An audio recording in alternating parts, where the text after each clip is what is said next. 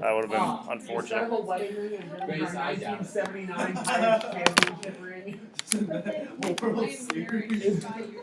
So we are taking a look at the PinkFlamingo prompts. Now keep in mind, this is completely independent from the one that you're going to be doing tomorrow. So tomorrow it's going to be rhetorical analysis and whatnot, but it's not going to be this prompt or anything like that. But it certainly will be different prompt than what first period has and ninth period has and all that stuff. It is coming from an AP exam, so keep in mind, if it's showing up on an AP exam, it's going to be non-fiction, so you don't have to worry about a passage coming from, Slaughterhouse 5, Invisible Man, anything like that. And it certainly would be expected that it's the first time you're reading something. So, non-fiction, if you don't recognize an author or speaker, you don't have to worry about it because it's not testing you up on any prior previous knowledge. One thing you might want to think about, if you have not done this yet, is because on the AP exam, your essays you have to write in pen. You're not writing in pencil. And so some folks have a little bit of a phobia of writing in pen, and if you haven't done it yet for an essay, it might be a good idea to start trying it out for this time around, or like next week when we do one with Slaughterhouse 5. The two big complaints that folks have about writing in pen is, number one, what if I make a mistake? Then you just cross it out. It's not a big deal. And it saves time compared to erasing. The other thing people kind of complain about is, if you're writing on a hard surface like a desk, well, you're going to be writing on a hard surface like a desk when you take the AP exam.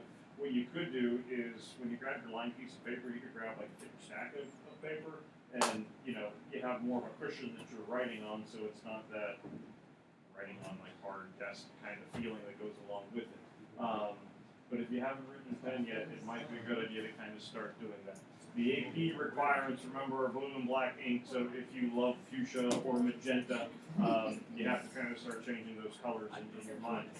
So multiple choice, listen up, the multiple choice is still pencil, so you're not bubbling, answer sheets in pen or anything, but the essay part's going to be in pen. And I would assume that would hold true for any AP exam, taking on the ones that any kind of written portion is going to be in pen as well. So, not taking points away if you don't write in pen, but if you haven't done it yet, it might be a good idea to kind of start trying it out. And get a nice pen.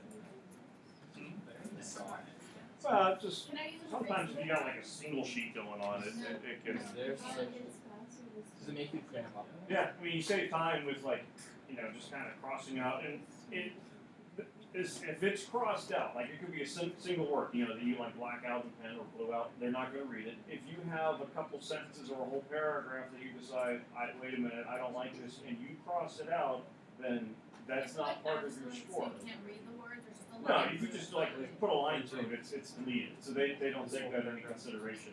If you write something, and people do this on PWAs all the time, then you wish you had included another sentence, you can, put an asterisk and then at the end of the essay, put another one and write a sentence that you would want inserted. You could do something where you have like arrows or carrots and things like that.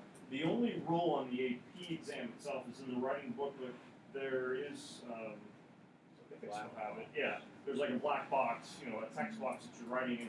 They do want everything included within that box. So, and I haven't heard of horror stories of them, not considering it, but technically if you were writing outside the margin of that box and then drawing an arrow in, that's outside the parameters of the test booklet.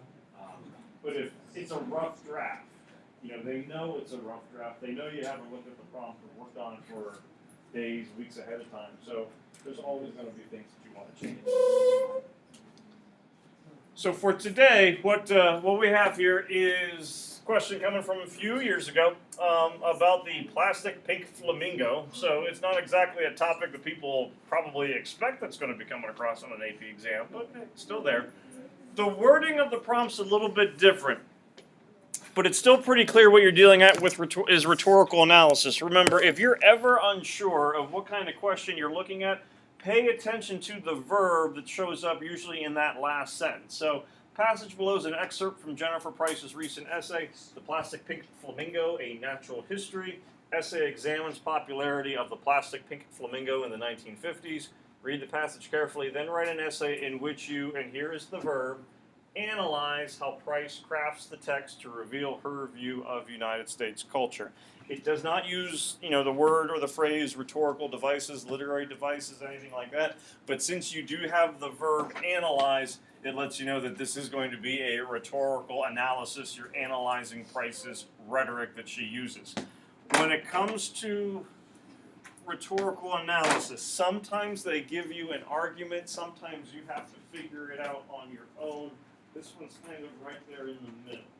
You know you have to identify what her view of American culture is, but they don't tell you what it is in the prompt itself. So you have to read the passage and figure out what that would, ultimately be. So take a couple minutes, read passage, and then my first question is going to be, what's her view of American culture? Actually, it'll probably be my second question. What's going to be your first? Find out. No, I don't care. Am I allowed invisible link or at least to need to hold it perfect up to the sun?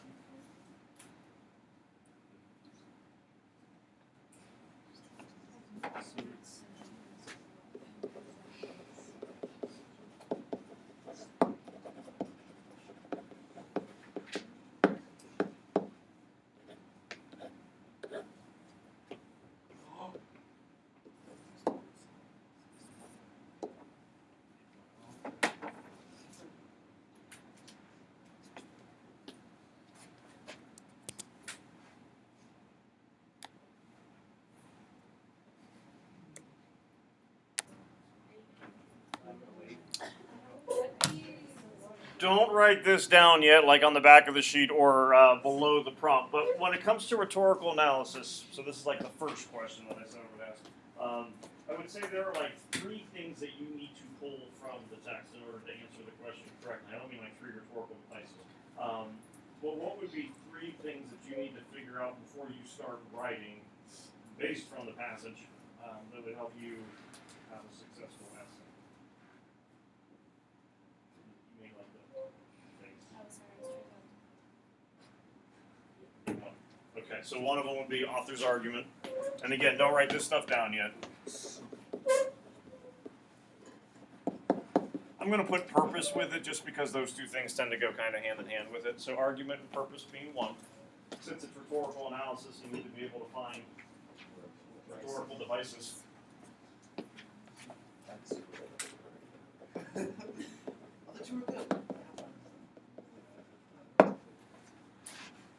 Wait, these are the parts to the essay you're saying, right? Yeah, pretty much.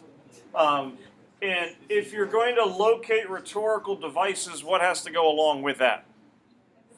You have to have like evidence or examples that would verify what those devices would be.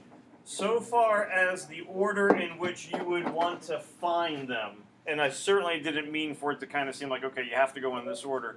But with these 3 things, which one would you want to figure out first, second, and third? So we got argument, devices, examples. Allie? I'd be good with keeping argument first. Are we keeping these 2 the same, or are we doing a flip? I mean, you could flip them, like, you find the examples and then put them under categories of choosing.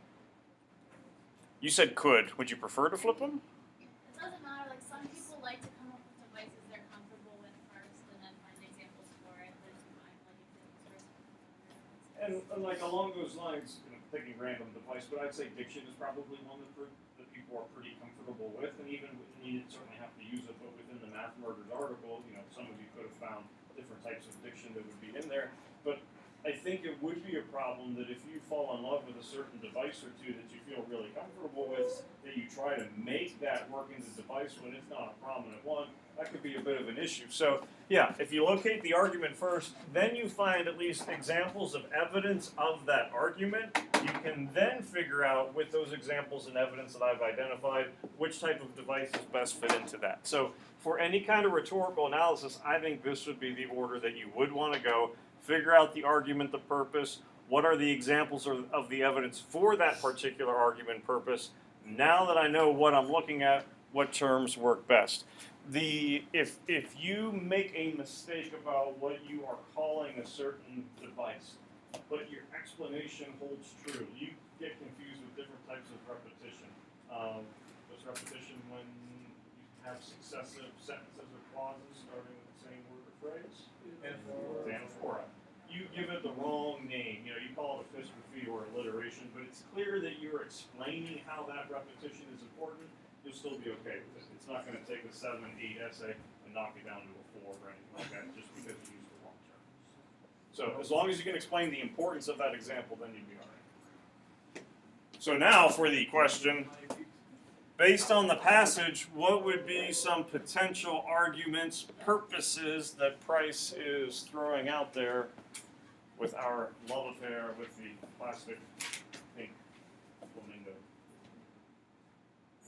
Anyone have a plastic pink flamingo? I have a recap. Oh, so they can't be part of the wedding at high school or PNC Park. They would be so beautiful. I was gonna make one. There was a PinkFlamingo and Romeo and Juliet. Romeo and Juliet. Romeo and Juliet. Oh, I have like oh well. All right. So what do we have? Potential purposes / arguments. Is that a hand or is that? That's close enough. Get us started. I'm kind of at a law. I mean, I don't know. I don't think it's a negative view, but I could be wrong. But I think it's kind of saying that it's like a good way, because in the second column she talks about how it's just right for the generation, raising it out of the depression and stuff. So I think she's saying like something positive about it. So if you got this one on the AP exam, were you going, crap, I don't know what to do? Yes. Yes.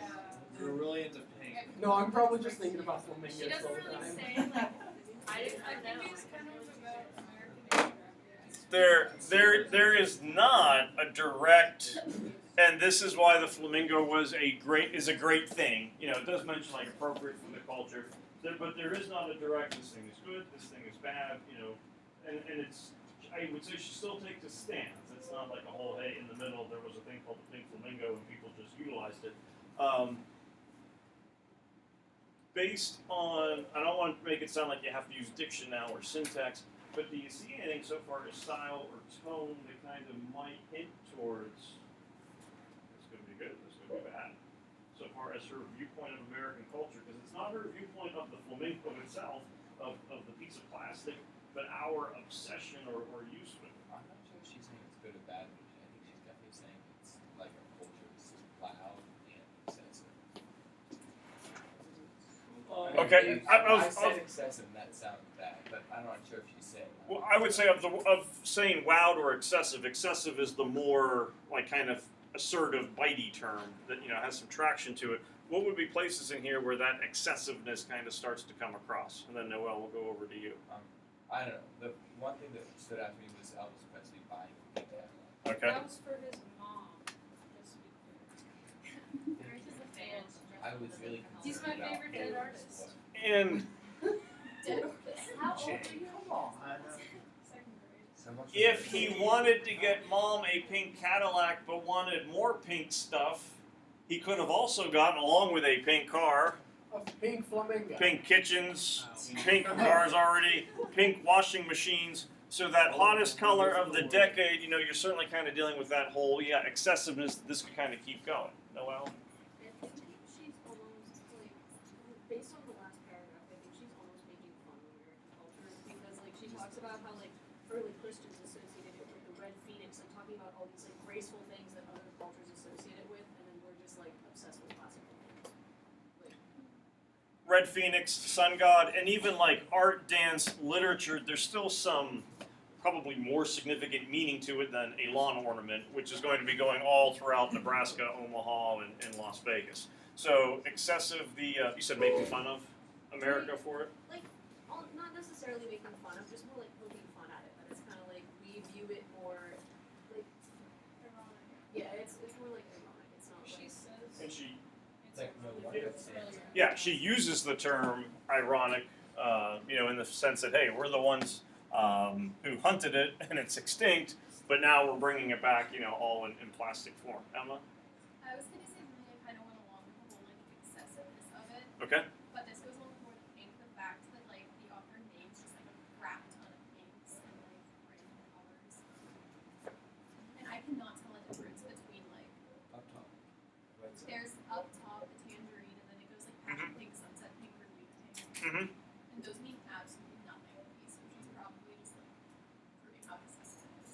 Yeah, and okay, so in the sense that not only you have all these crazy colors that we go with, but it's not good enough just to have pink. We have to have, and we could add on to it, there's cotton candy pink. I think when I ordered the Powder Puff t-shirts, it's a cotton candy pink versus this other kind of pink and this and that. Who knew there were so many options? So pink's just not good enough. Plus the fact that we call it a pink flamingo, and she throws out, by the way, all flamingos are pink. So we're going, it's like a pink flamingo. The fact that it's like being associated with expensive high-end things, and it's a plastic flamingo that you probably could get for $5 at some places. Yeah, if Five Below were around in the 1950s, you could go get all the pink flamingos you want. So now when it comes to purposes and arguments, and I'm not trying to turn these things in like words that we're using, but you could go, we have this whole idea of excessive. Is it enough simply to go, she's, I don't want to say criticizing, commenting on the excessiveness of American culture, or is there a certain aspect of the culture in which we are especially excessive? I just think like excessive consumerism. Okay, so yeah, consumerism would be.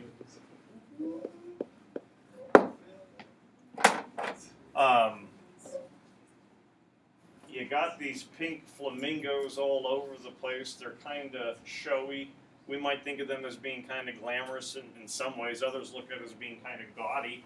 If there is excessive decoration, a criticism might be, this could happen with Christmas lights or, Easter decorations. It's all over. But what would be like a negative term that we would use to describe someone who is excessively decorating?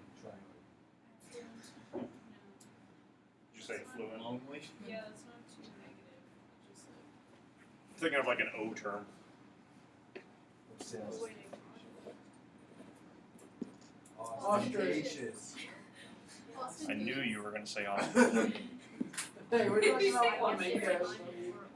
Okay, someone has me a dictionary. I don't know what that means. So ostentatious or showy or gaudy, like over the top, trying to simply just show off. We have excessive consumerism. This might be more of a synonym of that than anything else, but you could take a look at materialism. The rise of materialism. And in some ways, if you live in a neighborhood and my neighbor gets a pool, I decide, okay, I'm going to get a swimming pool. But my pool is going to have A slide. Hot tub. hot tub, then they get the slide, So so you then get a I lot- get the slide and the waterfall and all the, and all of a sudden you're going to have this whole keeping up with the Joneses thing. So, Grace used the term affluent, which you weren't quite thinking of as, okay, that's negative, but everyone wants to feel like you have something. So you have this group that, Annalise, I think you were the one that mentioned it was the right thing for that generation, like right here, so far as like I was almost going to say ostrich, Sean, you're messing me up.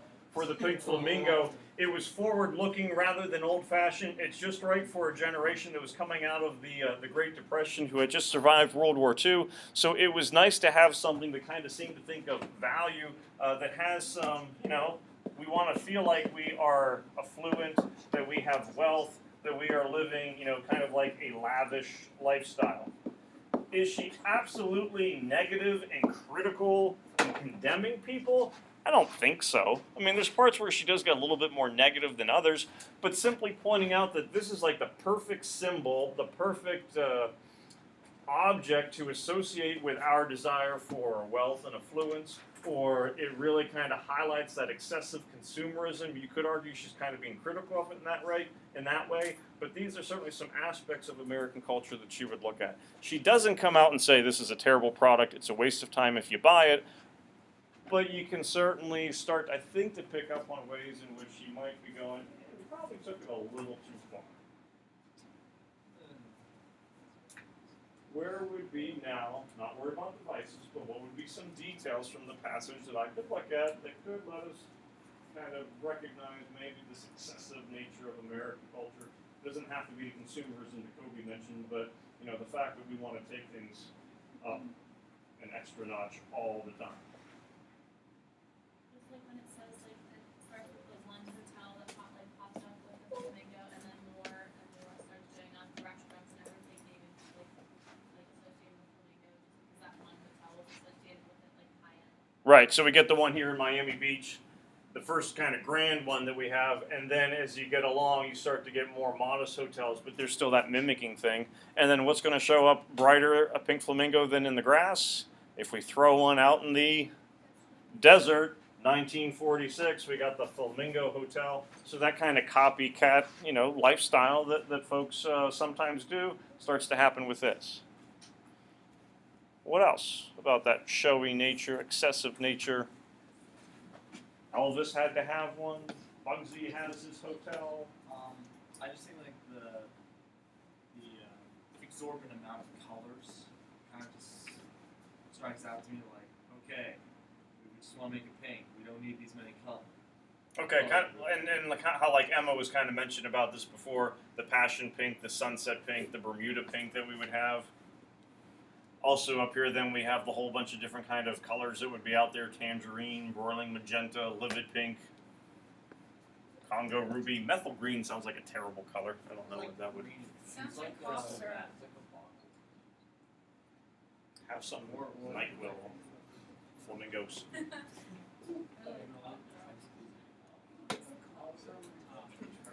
What else? Any places where you feel like she kind of pokes more fun or does tend to be a little critical? Again, not over the top with it. Okay, so the irony that they kind of hunted to extinction. And then, right after you have that, you got this quick little phrase, but no matter. And certainly it kind of jumps out, not that the sentences before it are exceptionally lengthy, but you have such a quick kind of punchy sentence to break it up, where you have a little bit of social commentary about, doesn't matter that they ended up being extinct, because what did we do? We made one new and improved. And the plastic one can't be extinct because it will live forever, except for the black and gold ones that Lindsay's mom eliminated. I had to tell her to. Why? So it's your... Because she didn't want them in our wedding. That's why she didn't go do Because it there was herself. some it's like you have to get rid of it. No. But no, she's like obsessive over it. What else? I think where it gets also negative is like, Flamingo's already so bright and stands out. Like, why do we have to go make it thicker? Okay.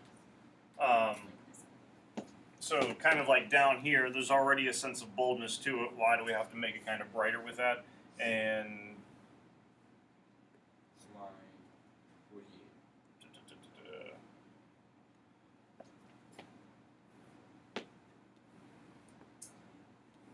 it's already the brightest thing there, but we're gonna amp it up just, a couple more notches. I think also the question right before line 48, why after all the and sarcastic with it. Okay.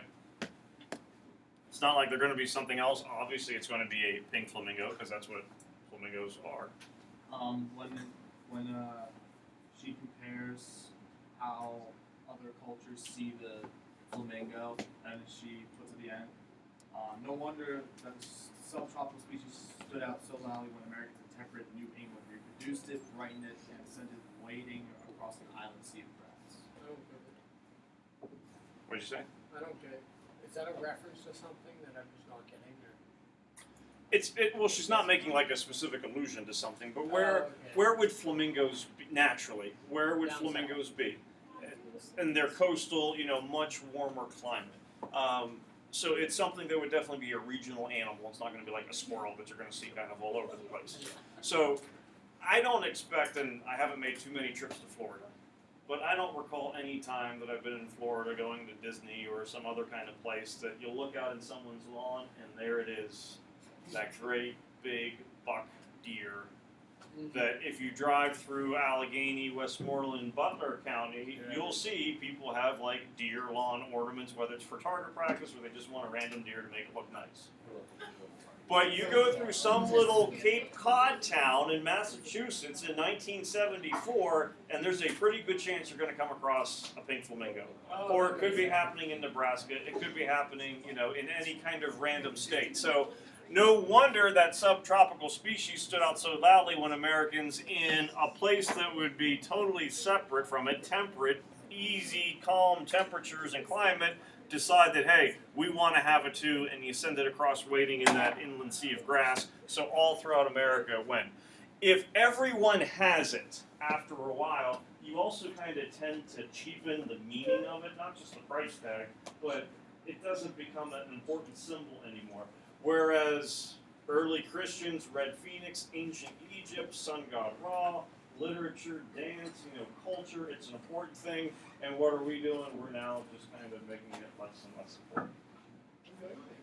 So we came up with an argument. Now we're finding, not devices yet, but we're finding examples to kind of support it. For any of this stuff that we have, what could you now label it as so far as a rhetorical device that now you could explain this is how Price uses fill in the blank rhetorical device and go along with these examples. Like Elvis being mentioned, the first hotel being mentioned, Las Vegas being mentioned. You could go those are going to be. You could go with illusions.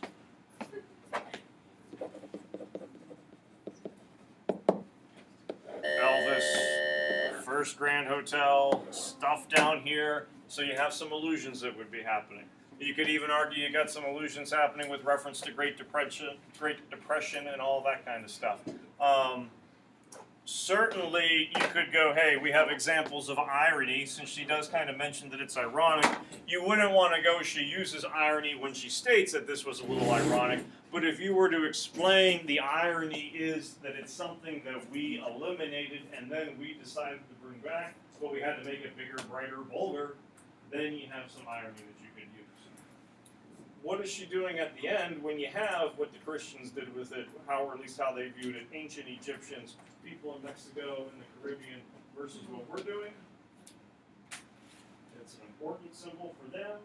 It's a cheap lawn ornament for us. So there's a definite what between the two. You could go juxtaposition. You could call it contrast. Either way, you're going to be perfectly fine. Juxtaposition will probably make the reader go, ooh, I like that word. But if that term wasn't coming to mind and you called it contrast, you would still be okay.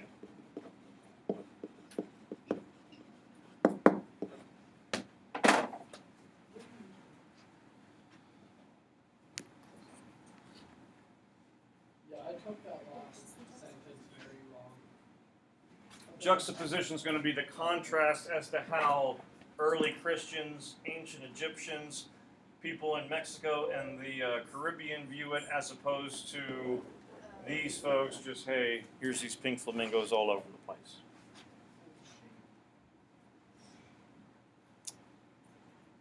Any tone words jump out?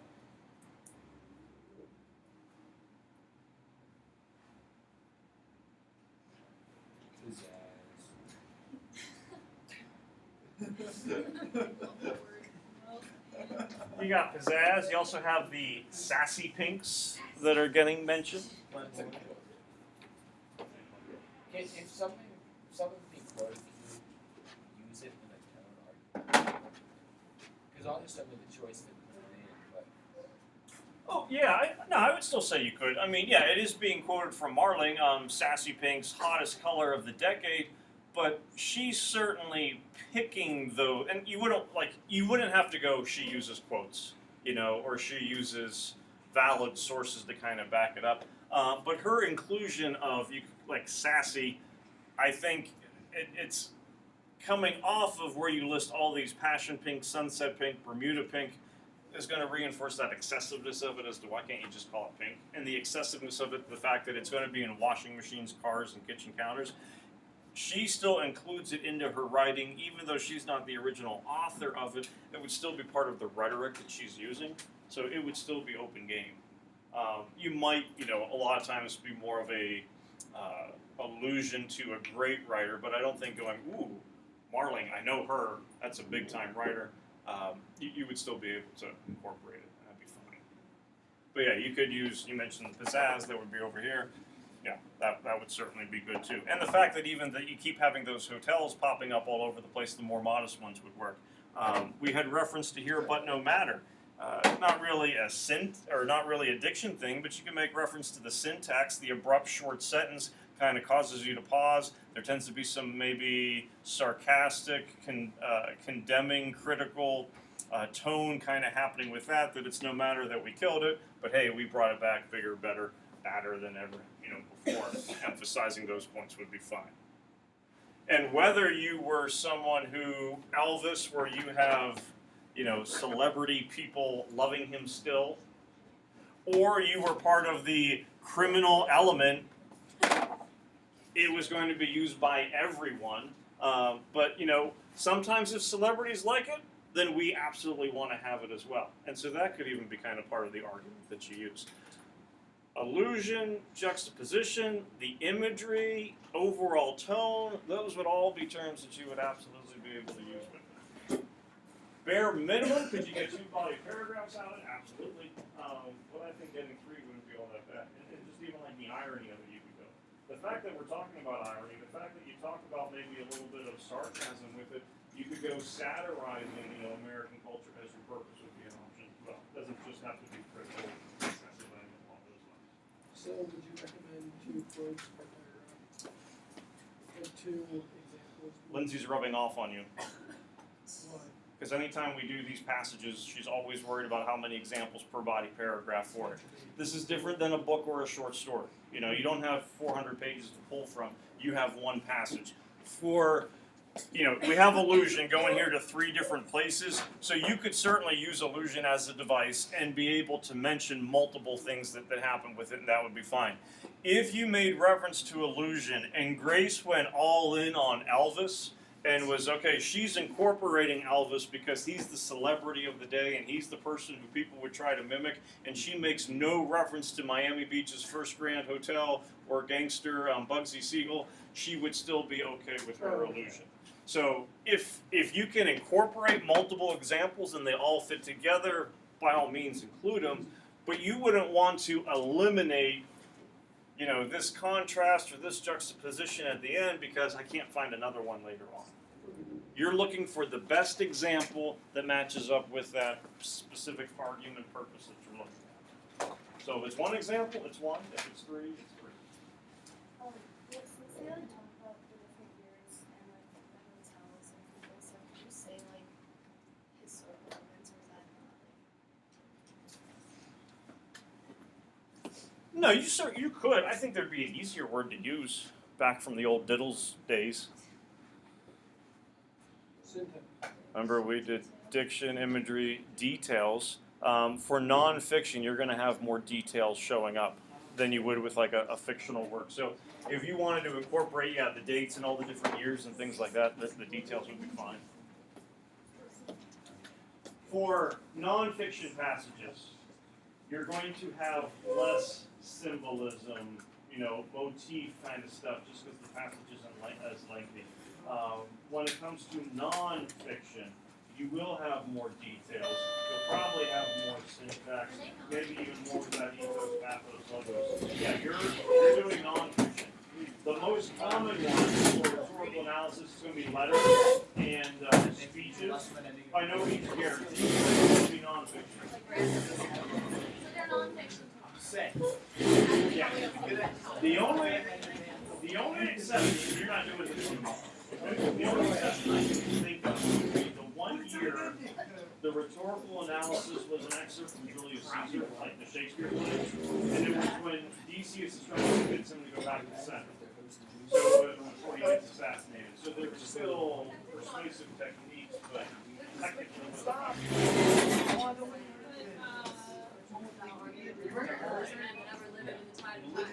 What was the other hand that said this possible? Like, who died, who I prophesy, which like dumb mountains do.